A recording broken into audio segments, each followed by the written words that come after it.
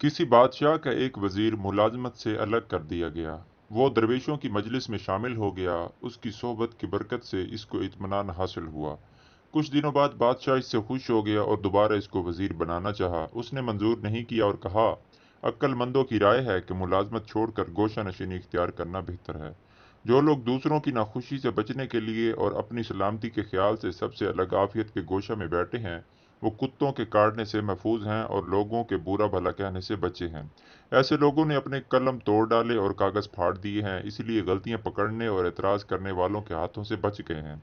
बादशाह ने कहा, मुझे सल्तनत के इंतजाम के वास्ते एक अक्लमंद और तजर्बाकार वजीर की जरूरत है। वजीर ने जवाब दिया, ज्यादा अक्लमंदी की बात यह है कि ऐसे कामों को अपने जिम्मे ना लें। तमाम परिंदों से इसलिए ज्यादा इज्जत रखता है कि वो हड्डियां खा लेता है, लेकिन किसी जानवर को सताता नहीं। किसी ने सियाह गोश्त से पूछा कि तुमने शेर के करीब रहना क्यों पसंद किया है। उसने जवाब दिया, इसीलिए कि इसका शिकार का बचा हुआ खाऊं और अपने दुश्मनों से महफूज रहूं और शेर के दबदबे में हिफाजत से जिंदगी बसर करूं। इससे पूछा गया कि जब तुम शेर की हमायत के साए में रहते हो और इसकी मेहरबानी का शुक्र अदा करते हो तो फिर इसके करीब क्यों नहीं जाते। सियागोश ने जवाब दिया, मैं शेर के हमले से डरता हूँ। जिस तरह दूसरे जानवर इसके हमले से महफूज नहीं है, इसी तरह मैं भी महफूज नहीं हूँ। आग की पूजा करने वाला अगर 100 साल तक आग जलाए रखे तब भी आग इसकी रियायत ना करेगी, क्योंकि इसका काम ही जलाना है। अगर पुजारी एक दम के लिए इसमें गिर पड़े तो वो भी इसको जला देगी।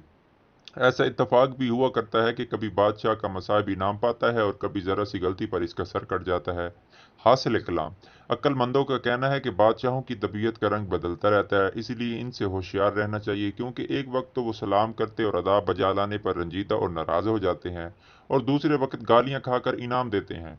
बादशाह के जो मसाइब हंसी दिल लगी करते हैं वो इन्हीं का हुनर है और अक्लमंदों के लिए ये अजीब है। तुम अपनी इज्जत और मर्तबे को पहुंचो तो इसका लिहाज रखो और हंसी मजाक की बातें मस्खरों के लिए छोड़ दो। शेख सादी की हिकायत। दोस्तों, इस पैगाम को दूसरों तक पहुंचाइए ताकि किसी की जिंदगी आपके जरिए बदल सके।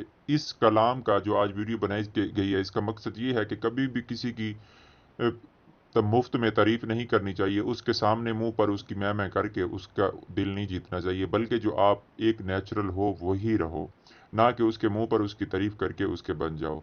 तो हासिल कलाम यही है, जो आप कुदरती तौर पर हो, अल्लाह ताला ने जो आपको बनाया है वही बन के रहो, ना कि किसी की स्यागोशी करो।